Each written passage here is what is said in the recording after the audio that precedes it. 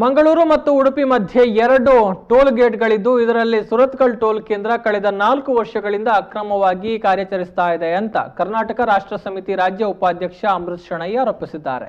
ಅವರು ಮಂಗಳೂರು ಪ್ರೆಸ್ ಕ್ಲಬ್ನಲ್ಲಿ ಸುದ್ದಿಗೋಷ್ಠಿ ನಡೆಸಿ ಮಾತನಾಡಿ, ಸುರತ್ಕಲ್ ಟೋಲ್ಗೇಟ್ನಲ್ಲಿ ಕಳೆದ 4 ವರ್ಷಗಳಿಂದ ಅಕ್ರಮವಾಗಿ ಸುಂಕ ವಸೂಲಿ ಮಾಡಲಾಗ್ತಾ ಇದೆ. ಈ ಬಗ್ಗೆ ಸ್ಥಳೀಯರು ನಿರಂತರವಾಗಿ ಸ್ಥಳೀಯ ಸಂಸದರಿಗೆ ಮತ್ತು ಶಾಸಕರಿಗೆ ಒತ್ತಾಯ ಮಾಡ್ತಾ ಇದ್ರು. ಕೇವಲ ಆಶ್ವಾಸನೆ ಸಿಗುತ್ತದೆಯೇ ಹೊರತು ಇನ್ನೇನು ಆಗ್ತಾ ಇಲ್ಲ. ಹೆಜ್ಮಾಡಿ ಮತ್ತು ಅದರ ಮುಂದಿನ ಸುಂಕ ಸಂಗ್ರಹ ಕೇಂದ್ರದ ನಡುವೆ 48 ಕಿಲೋಮೀಟರ್ ಇದ್ದು ಕೇವಲ 35 ರೂಪಾಯಿ ಸುಂಕ ವಿಧಿಸಲಾಗ್ತಾ ಇದೆ.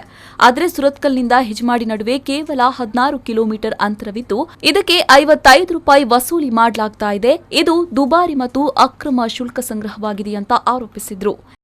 ಇವತ್ತು ಉಡುಪಿಯಿಂದ ಮಂಗಳೂರಿಗೆ ನಾನು ಬರಬೇಕಾದ್ರೆ ಹೆಜ್ಮಾಡಿಯಲ್ಲಿ 35 ರೂಪಾಯಿ, ಸುರತ್ಕಲ್ನಲ್ಲಿ 55 ರೂಪಾಯಿ ನಾವು ಕೊಡಬೇಕು. ಅದೇ ವಾಪಸ್ ಹೋಗುವಾಗಲೂ ಕೂಡ ಹೆಜ್ಮಾಡಿಯಲ್ಲಿ ಸುರತ್ಕಲ್ನಲ್ಲಿ 55 ರೂಪಾಯಿ, ಹೆಜ್ಮಾಡಿಯಲ್ಲಿ 35 ರೂಪಾಯಿ ಕೊಡಬೇಕು. ಹೆಜ್ಮಾಡಿ ಆದ್ಮೇಲೆ ಸುಮಾರು 50 ಕಿಲೋಮೀಟರ್ ಆಚೆ ನಾನು ಮತ್ತೆ ಸಾಲಿಗ್ರಾಮದಲ್ಲಿ ಕೊಡಬೇಕಾಗ್ತದೆ. ಈ ಪಬ್ಲಿಕ್ ಪ್ರೈವೇಟ್ ಪಾರ್ಟ್ನರ್ಶಿಪ್ ಇಂದ ಏನು ಈ ಟೋಲ್ ಗೇಟ್ಗಳು ಪ್ರಾರಂಭ ಆಗಿದೆ, ಇದು ಲೂಟಿ, ಇದು ದರೋಡೆ.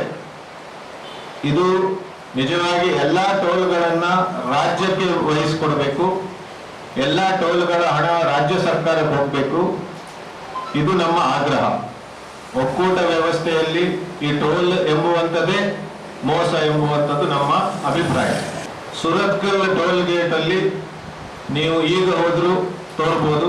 ಒಂದು ವಾರ ಬಿಟ್ಟು ಹೋದ್ರೆ ಅದರ ಗಾತ್ರ ದೊಡ್ಡದಾಗ್ತದೆ, ಒಂದು ತಿಂಗಳು ಬಿಟ್ಟು ಹೋದ್ರೆ ಅದರ ಗಾತ್ರ ದೊಡ್ಡದಾಗ್ತದೆ. ಪ್ರತಿ ಮಳೆಗಾಲದಲ್ಲಿ ಒಬ್ಬ ಮನುಷ್ಯನೇ ಕೂತ್ಕೊಂಡ್ರೆ ಅವನ ತಲೆ ಕೂಡ ಕಾಣ್ಲಿಕ್ಕಿಲ್ಲ, ಅಷ್ಟು ದೊಡ್ಡ ಹೊಂಡ ಆಗ್ತದೆ. ಎಲ್ಲಿ ಟೋಲ್ ಹಣ ಕಟ್ಟುವಲ್ಲೇ, ಮತ್ತೆ ಆಚೆ ಈಚೆ ಎಲ್ಲಿವಲ್ಲಿ ರಸ್ತೆ ಸರಿ ಇಲ್ಲ.